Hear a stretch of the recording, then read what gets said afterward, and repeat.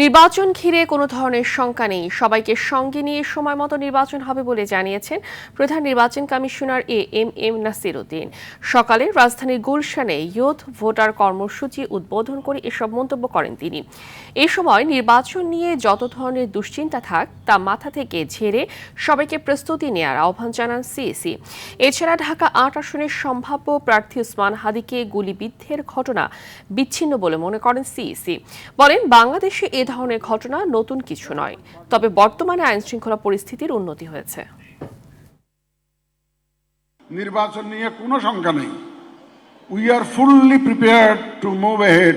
Election হবে ইনশাল্লাহ, সবাইকে সাথে নিয়েই হবে, সবার সহযোগিতা নিয়েই হবে, এ ব্যাপারে কোনো শঙ্কা নেই। আইনশৃঙ্খলা অবনতি হলো কোথায়? একটু মাঝে মধ্যে দুই একটা খুন খারাপি হয়, যে হাদির একটা ঘটনা হয়েছে, আমরা এগুলো বিচ্ছিন্ন ঘটনা বলে মনে করি। এই ধরনের ঘটনা তো সবসময় ছিল।